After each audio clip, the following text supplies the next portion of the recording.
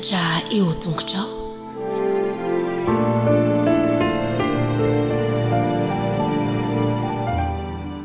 Ampifaliana indray ry mpiara-mianatra namana isany no alorako ny fiarabana anao. Afaka hiaraka indray isika amin'ny alalan'ity lesona ity. Ny fahasoavan'ny tompony sy ny ankonanao ary ny fiadanany dia hanenika ny fo amam-pananjy iray avy. Lesona fahatelo nodiniantsika izay mitondra ny lohateny hoe ankasitrahan'Andriamanitra. Ny andinina tao tadidiana moa dia ny toko fahatelo andinina fito ambin'ny folo manao hoe Jehovah Andriamanitra no ao aminao, mahery izy ka mamonjy, iravoravo anao amin'ny fifaliana izy, hosondriana amin'ny fitiavana izy, hifaly anao amin'ny fiompiana izy. Ndeha hiaraka hivavaka isika, hanamboarantsika izao fiarahantsika mianatra ny ten'Andriamanitra izao. Andriamanitra rainay eo izay any an-danitra, misaotra anao izay no ny fitiavanao sy ny famondram-ponao izay naseho aminao tamin'ny fiainanay, na dia mpanota tsy mendrika azy izahay. Namindra fo taminay tokoa ianao, matoa izay tafahoana soamantsara indray amin'ny alala zao fandiniana ny teninao izao.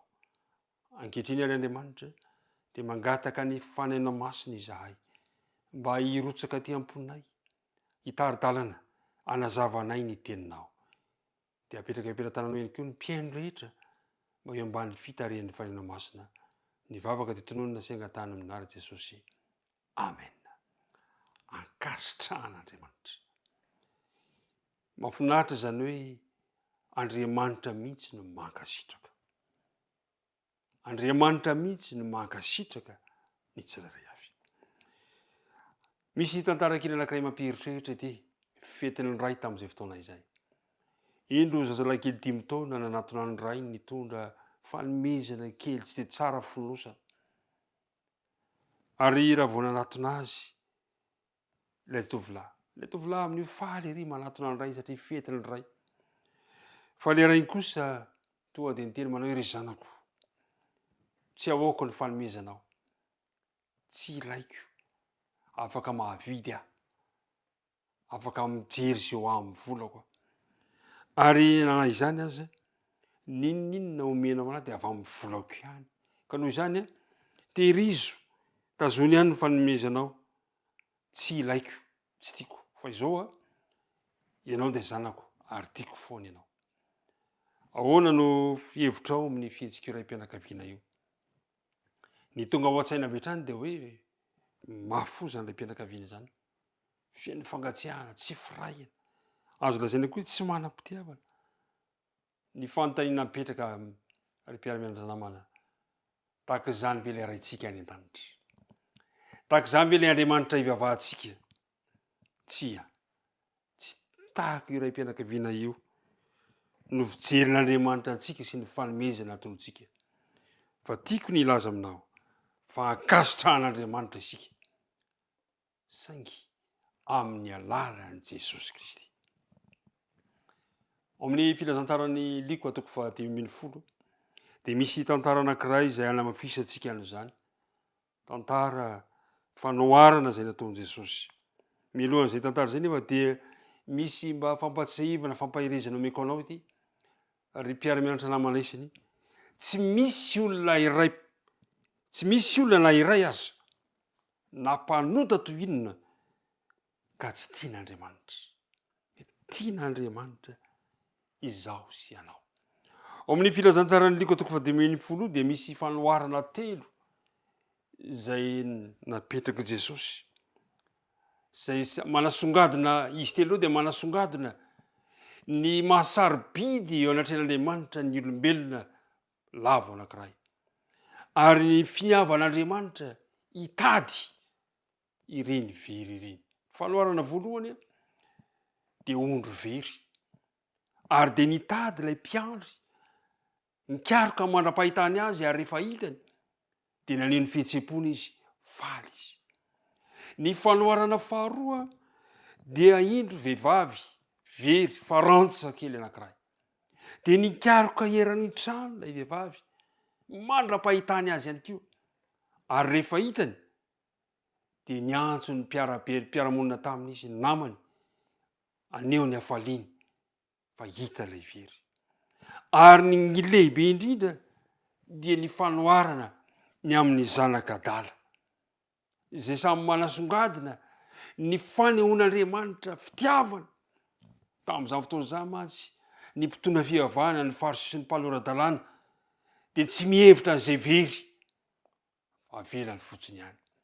Ny Andriamanitsika dia Andriamanitra mitady ary Andriamanitra faly rehefa mahita ilay very. Nangatan'ilay zanaka mialoha tamin'ny ray ny anjara lovany. Mioa ny anjara fananako izay maneho ny fandavany sady ny rainy sy ny fialany amin'ny ankonany. Azo ilay fananany dia lasa izy nandany lany foana izany lova izany. Zavatra nitranga fantatsika loatra ny tantara. Tonga nahantra izy noana anika ny hinana izay fihinany ny kisoa tamin'izany fotoana izany. Nafinaritra nefa tonga saina ihany ity zanak'adala ity. Zao no voalaza eo amin'ny andininy 110, tapany voalohany. Ary raha nody ny sainy, nody ny sainy. Nandinika izy ozy any zay ny mpanompon-dada mihina-kanina be. Andeha tapa-kevitra izy amin'ny andininy 110 tapany voalohany. Iainga aho, ody any amin'ny raiko. Dia lasa izy nandeha. Lasa izy nandeha. Inona ny zavatra nitranga? Andininy 20. Dia niainga izy ka nakany amin'ny rainy. Ary raha mbola lavitra dia taza ny rainy. Ary onena azy izy ka niazakazaka ka namihana ny vozony sady nanoroka azy. Zany ny fitiavan'Andriamanitra. Natao tsintsinona le ray kanefa tsy miova ny fitiavan'ilay zanaka. Sarobidy lavitra izay mety ho takatry ny saitsika ny fitiavan'Andriamanitra antsika arak'izany fanoharana izany. Indro ny fihetsika ty raim-pianakaviana ty manao ny fihetsika-Andriamanitra. Matalanjona ny fitiavan'Andriamanitra.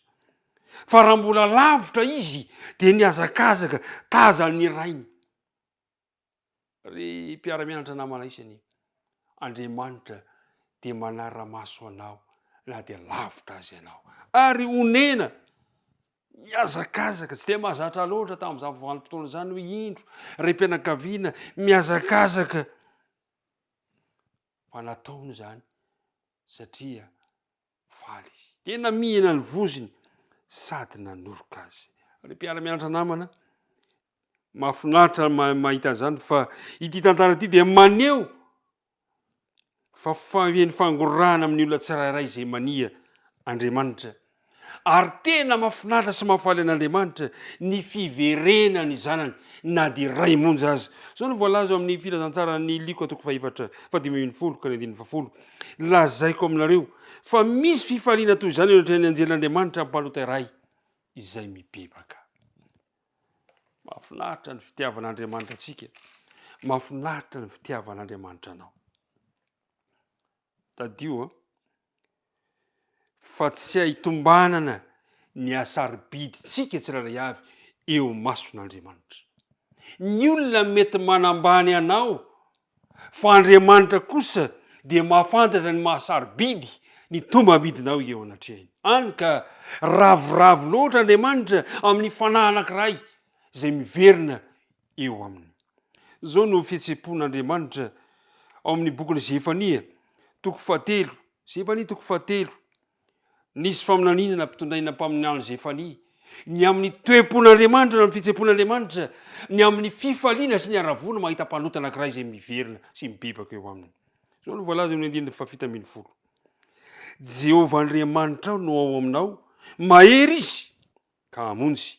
Iravoravanao amin'ny fifaliana izy, hosondriana amin'ny fitiavana izy, hifaly anao amin'ny fiompiana izy. Zava-dehibe. Manasongadina ny aravon'Andriamanitra amin'ny olona izay avotany izany teny izany. Saika tsy ampy mihitsy aza ny favoam-bolana ilazany mpaminany Zefania ny alehibe ny fifalian'Andriamanitra ny amin'ny mpanota anankiray izay miverina eo aminy. Zao no teniny hoe manao hoe Andriamanitra ao aminao. Jehovah Andriamanitra aho no ao aminao. Ry mpiara-mianatra namana isany ao aminao Andriamanitra. Ary io Andriamanitra ao aminao io mahery izy ka afaka hamonjy anao. Ny Andriamantsika dia Andriamanitra mahery, vonona ny hamonjy anao ravoravo sy faly ary sondriana amin'ny fitiavana sy ny fiobiana amin'ny fahitananao fa miverina eo anatrehany anao. Mahafinaritra ry mpiara-mianatra namana isany fa tena faly Andriamanitra amin'ny fahitana antsika miverina eo aminy. Ao amin'ny Isaia 2:20 andininy 4 dia milaza izy amin'ny Isaia 2:20 ka ny andininy 4 dia izao no fanambarany ten'Andriamanitra amin'ny Isaia 2:20 ka ny andininy 4.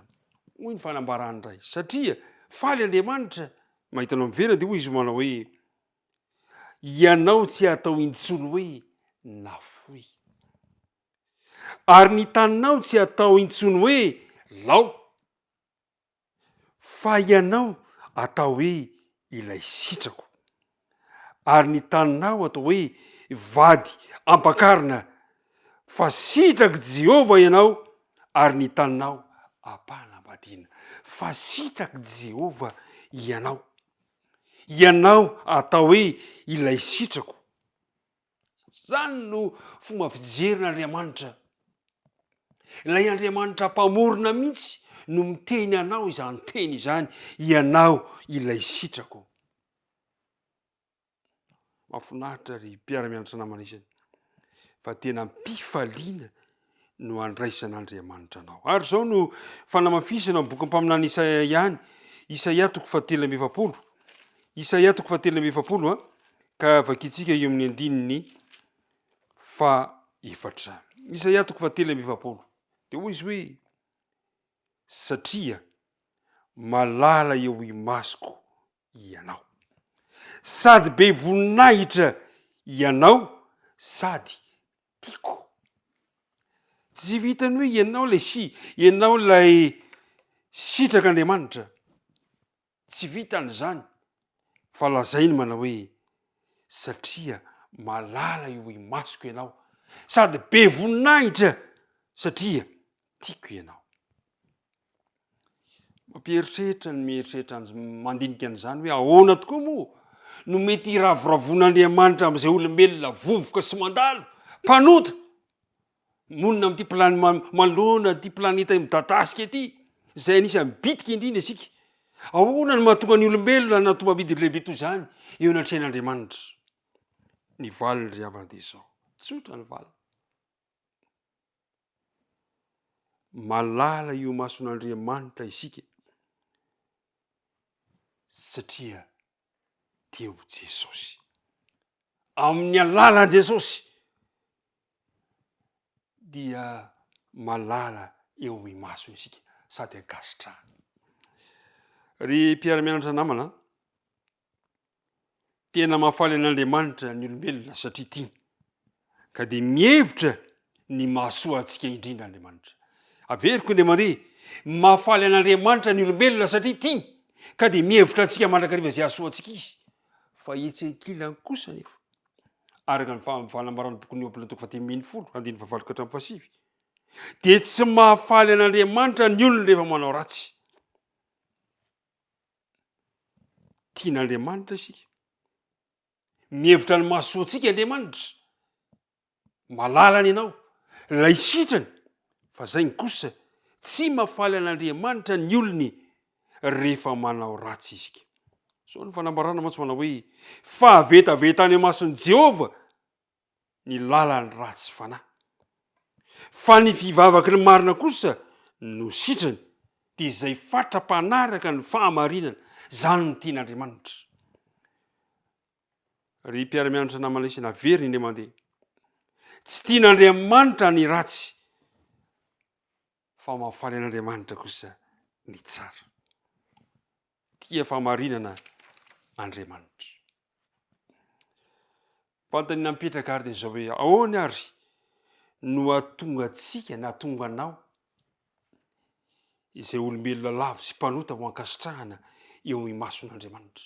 ahoana no atonga antsika ho ankasitrahana eo anatrehan'andriamanitra. Zay ny fanontaniana mipetraka ao amin'ny Romanina toko fahavalo.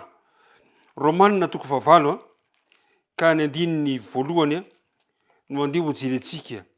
Romanina toko fahavalo andininy voalohany. Zao ny fanambarany Paoly ary mampahery teny io. Ary amin'izany dia tsy misy fanameloana ho an'izay eo amin'ny Kristy Jesosy. Tsy misy fanameloana. Inona zany tsy ambaratelo? Mba hatonga antsika ankasitrahana amin'Andriamanitra. Andeha isika ho ao amin'ny Jesosy Kristy. Andeha isika ho eo akaikiny. Andeha isika hanolo tena ao amin'ny Jesosy. Satria tsy misy fanameloana ao amin'ny Kristy Jesosy. Zao ny fanambarana ihany koa amin'ny Romanina toko 5:15. Hoy izy hoe fa Andriamanitra mampiseho ny fitiavany antsika. Andriamanitra mampiseho ny fitiavany antsika. Fa fony mbola mpanota isika dia maty hamonjy antsika Kristy. Ahoana ny atonga, ahoana ny atonga anao ankasitrahana eo mason'Andriamanitra dia tsotra ny valiny. Mila manatona an Jesosy isika. Jesosy ilay tompony fiainantsika. Jesosy ilay lalana sy fahamarinana ary fiainana. Jesosy ilay fananolotra ny ainy teo ambony hazofijaliana mba ho fanavotana ho ahy sy fanavotana ho anao. Ko azonao atao ary ny mihavana amin'Andriamanitra sady ankasitrahana eo mason'Andriamanitra amin'ny alalan'ny finoana sy ny asan'ilay mpanavitra antsika dia Jesosy Kristy zany. Amin'ny finoana, amin'ny alalan'ny finoana no aneketsika an'izany. Mampahery zany ry namana izany. Ary ny farany dia zao. Manana tanjona reketriny. Manana tanjona. Inona ny tanjona kendrenao amin'izao taona vaovao izao? Inona ny tanjona kendrentsika eo amin'ny fanarahantsika n'Andriamanitra? Dia ny lesitsika dia milaza fa ny tanjontsika dia ny mba ho tian'Andriamanitra sy ny mba ho ankasitrahana. Ry mpiara-mianatra namana isany noho ny alehibe ny famindrampon'Andriamanitra sy ny fanelanelana nataony dia mahita fifaliana Andriamanitra eo amin'ny fiainantsika. Ary azon'Andriamanitra ho isainao marina sy ho isan'ny mahalala n'Andriamanitra ny tsirairay amintsika amin'ny alalan'i Jesosy Kristy. Ianao zany dia afaka no ankasitrahan'Andriamanitra amin'ny alalan'i Jesosy. Andriamanitra ny hita ianao. Ary aoka ianao angataka mandrakariva amin'Andriamanitra mba hanova ny fisainantsika hevitra izany fitiavan'Andriamanitra izany ka itia ny hafa ihany keo. Mangata mandrakariva amin'Andriamanitra ny ampitombony ny finoantsika any Kristy satria izany no atonga antsika ho ankasitrahana eo amin'ny mason'Andriamanitra. Tahaka an'ilay lehilahy anankiray izay nanana zanaka mararika nataony tamin'i Jesosy hoe hainao ve ny manasitrana ny zanako? Ataovy izay mba hainao. Dia Jesosy hainao e. Ny zavatra rehetra dia hainy mino. Dia indro ilay lehilahy tamin'ny ranomasina hoe Tompo, mino aho, vonjeo aho, mbo afaka amin'ny tsy finoko. Dia nositrahany Jesosy ny zanany. Tompo anio mba antsika tsirairay avy. Ka ianao, ny ankohonanao, na manahoana ny toerana misy anao na ny toerana misy anao, mba iriko ianao ho ankasitrahan'Andriamanitra. Iriko aho ho ankasitrahan'Andriamanitra. Ary dia fifaliana ao antsika izany hoe Andriamanitra mankasitraka antsika izany. Andeha hivavaka eto amarantsika izao fotoana izao. Andriamanitra rainay eo faly izahay fa manana Andriamanitra izay vonona ny ankasitraka anay. Izay ilay tsy mendrika mpanota kanefa dia ankasitrahanao izahay amin'ny alalan'i Jesosy. Ampiori izahay anaiky sy hino an Jesosy ho tompo sy mpamonjy ny fiainanay. Dia mivavaka manokana ihany koa Tompo amin'ireto mpiaino reto mpiara-mianatra amiko. Aoka ihany koa izy hanapa-kevitra handray anao ho tompo sy mpamonjy azy ka izy sy ny ankohonany dia mba ho ankasitrahana eo anatrehanao. Nivavaka tonoina sy tany amin'ara Jesosy reriany. Amen.